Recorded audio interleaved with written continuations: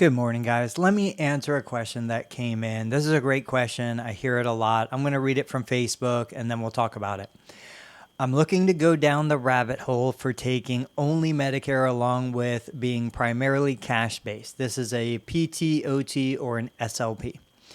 If I get credentialed for Medicare, can I only see straight up Medicare clients? What if they have a secondary and I'm not credentialed with that secondary? I want to stay cash-based, but I'm not sure I can sustain a full schedule with my new business. Thanks so much. Okay, so let's talk about it. That's a great question. It's pretty common. There are a couple things we can answer right off the bat. So if you contract with Medicare to become a participating Medicare provider, it really, in my opinion, opens more doors than it closes. Let's say you do that.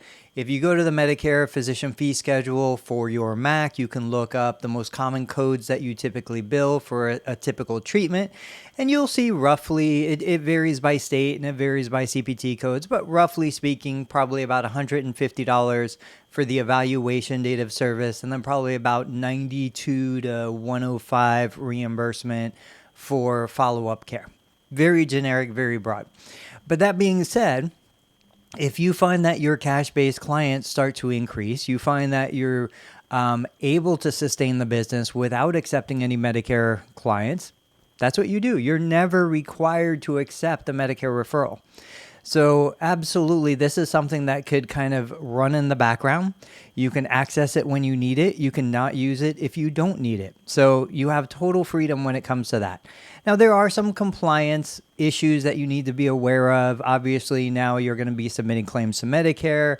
There's HIPAA privacy, which should be observed anyway, even if you're not a covered entity.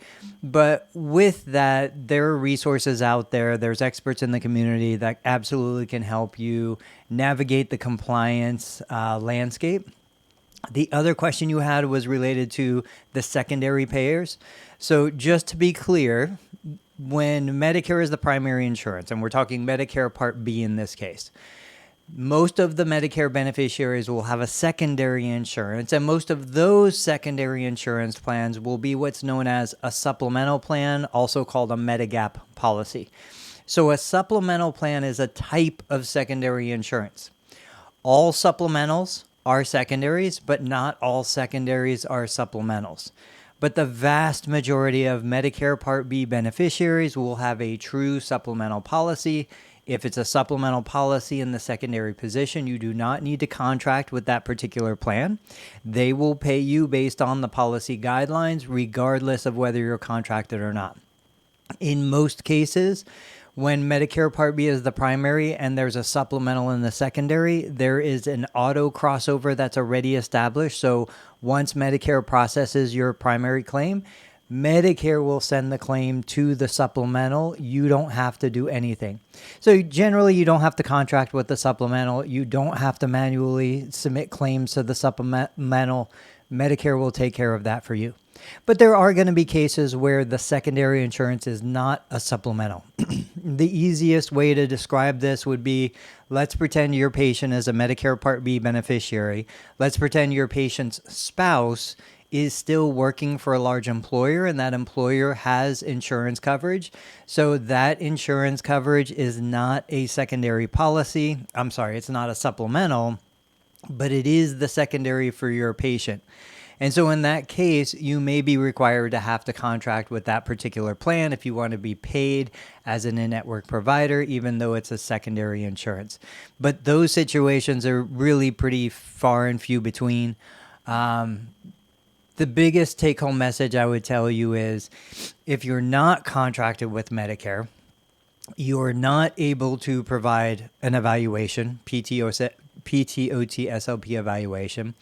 And so that door is closed to you to access those beneficiaries. And many times, especially depending on what your specialty is, for me, outpatient orthopedic, many times I evaluate a Medicare beneficiary. It's a covered benefit. I submit a claim to Medicare for reimbursement. And we determine that prolonged therapy is not a covered benefit based on what my patient's goals are. what my patient's current condition is, what my patient's expectation for, improvement or return to prior level of function is. So a lot of my patients will start as a Medicare beneficiary and then transition to a cash-based program. But I wouldn't be able to do that if I wasn't contracted with Medicare and able to submit a claim for services that are covered services by the Medicare benefit policy.